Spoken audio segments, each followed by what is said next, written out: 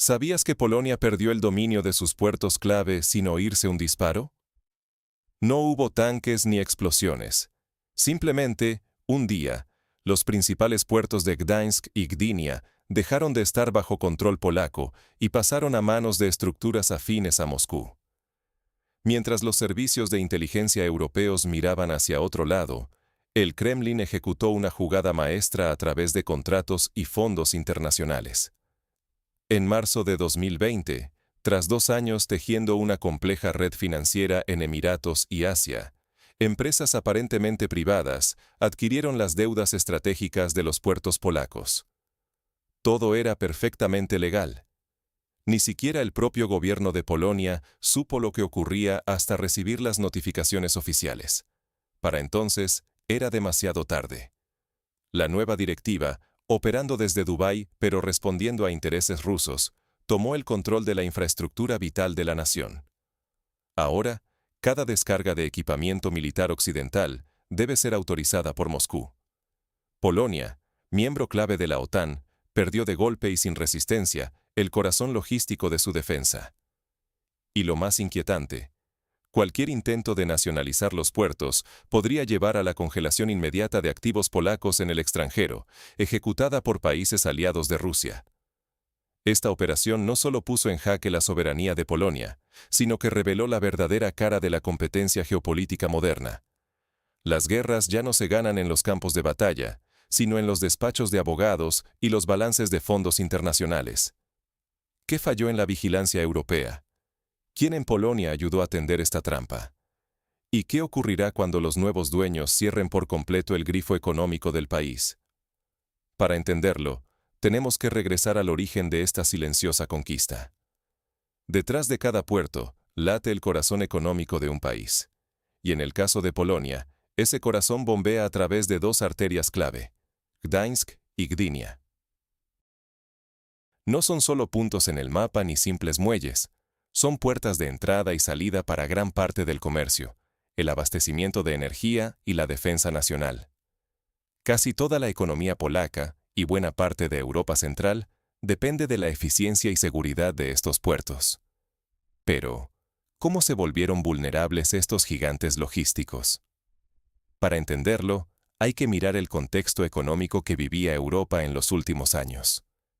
La depresión económica, la caída de inversiones y la disminución de flujos de carga pusieron a los operadores portuarios contra las cuerdas.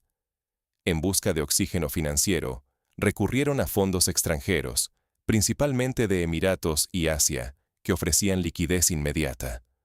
¿El precio? Una reestructuración financiera aparentemente típica y legal. Nuevos préstamos, compra de deuda y paquetes de asistencia gestionados a través de firmas legales internacionales. Nada, al principio, que llamara la atención. Sin embargo, cada contrato traía consigo cláusulas ocultas bajo el lenguaje técnico. Si los indicadores financieros de los puertos caían por debajo de ciertos niveles, los acreedores tenían derecho a intervenir en la gestión. Lo que parecía una garantía para proteger la inversión, en la práctica, abría la puerta al control operativo. Y eso fue exactamente lo que ocurrió. A inicios de marzo de 2006, cuando los ingresos de los puertos bajaron, los inversores extranjeros activaron los mecanismos contractuales. De la noche a la mañana, representantes designados por fondos afines a Moscú ocuparon asientos en los consejos de administración, tomando decisiones claves sobre la política logística, el calendario de cargas e incluso la prioridad de distintos tipos de mercancía. Para los operadores locales, el cambio llegó disfrazado de reformas para la eficiencia y transparencia, pero pronto notaron que los verdaderos dueños del tablero eran otros. Se revisaron contratos de servicio, se impusieron nuevas tarifas, y algunos cargamentos empezaron a requerir autorizaciones adicionales. Incluso pequeños aumentos en los costos pueden hacer que rutas enteras pierdan viabilidad, desviando cargas a otros puertos del Báltico. De repente, el control de unos pocos contratos estaba redefiniendo las reglas de juego para toda la región. El verdadero riesgo está aquí. La falta de comprensión sobre cómo opera el capital global puede hacer que un país pierda el control de infraestructuras críticas, sin que nadie dispare una sola bala. Pero, ¿en qué momento se convierte una operación financiera en una amenaza existencial? Lo que parece legal puede ser letal para la independencia nacional, porque en el caso de los puertos estratégicos de Polonia, no hubo tanques ni soldados cruzando fronteras. Hubo contratos, firmas y cláusulas. Y fue suficiente. En marzo de 2020, tras años de preparativos y movimientos cuidadosamente calculados, Moscú activó una de esas cláusulas que, en apariencia, eran solo parte del juego financiero global. Pero esa pequeña letra, oculta en documentos legales, le otorgó control gerencial directo sobre los principales puertos de Polonia, auténticos nodos logísticos para el comercio, y sobre todo, para la seguridad de toda la región. El golpe no hizo ruido, pero fue devastador. El gobierno polaco se enteró cuando ya todo estaba consumado. La noticia llegó a Varsovia, y de inmediato, en los despachos del gobierno se encendieron todas las alarmas. ¿Era posible revertir la situación? ¿Podía Polonia detener legalmente la transferencia del control, ahora en manos de intereses rusos? La respuesta fue tan fría como contundente. Los contratos, aunque polémicos, estaban blindados por el derecho internacional. Ninguna norma había sido violada abiertamente, y por eso la reacción polaca quedó atada de manos desde el primer minuto. De la noche a la mañana, cualquier operación de desembarque militar occidental en esos puertos quedó supeditada a la aprobación y supervisión rusa. Ya no se trataba solamente de mercancías, sino de la capacidad de la OTAN para responder ante una crisis en el flanco oriental. Y sin embargo, ni Bruselas ni Varsovia podían reaccionar con rapidez. Cualquier intento de nacionalización inmediata se topaba con otro muro: la amenaza de represalias legales y económicas, incluso la congelación de activos polacos en el extranjero por parte de países BRICS, aliados de Moscú. La red legal y financiera que envolvía la operación hacía que cualquier movimiento brusco pusiera en riesgo miles de millones en inversiones y la reputación internacional de Polonia. Aquí está el verdadero conflicto. No es una ocupación visible, pero sí una pérdida real de soberanía. El enemigo usa nuestras propias leyes, nuestras propias reglas de juego. Y lo más alarmante es que este método, ya bautizado como el precedente polaco en los pasillos de Bruselas, es casi imposible de revertir sin violar principios fundamentales de protección a la inversión extranjera. ¿La consecuencia? Si funcionó en Polonia, ¿qué impide que otros activos estratégicos en Europa sufran el mismo destino? Los analistas advierten: la infraestructura crítica europea depende, en buena parte, de capital extranjero, muchas veces opaco. Y el control indirecto, a veces invisible, puede terminar afectando no solo la economía, sino la capacidad de toda la región para operar, responder y defenderse. Ya no basta con blindar los sistemas informáticos o temer por sabotajes físicos. La principal amenaza puede esconderse en un despacho de abogados, en la letra pequeña de un contrato. Quedar atrapados por estos mecanismos significa perder la capacidad de decidir sobre infraestructuras clave, puertos, aeropuertos, redes energéticas, y entregar decisiones estratégicas a manos extranjeras, aparentemente dentro del marco legal. Un error de cálculo, una firma distraída, y la independencia nacional puede evaporarse sin que nadie dispare un solo tiro.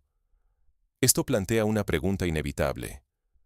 ¿Cuáles son las consecuencias inmediatas y a mediano plazo para Polonia, y por extensión, para toda Europa? Cuando un puerto cae, todo el continente tiembla.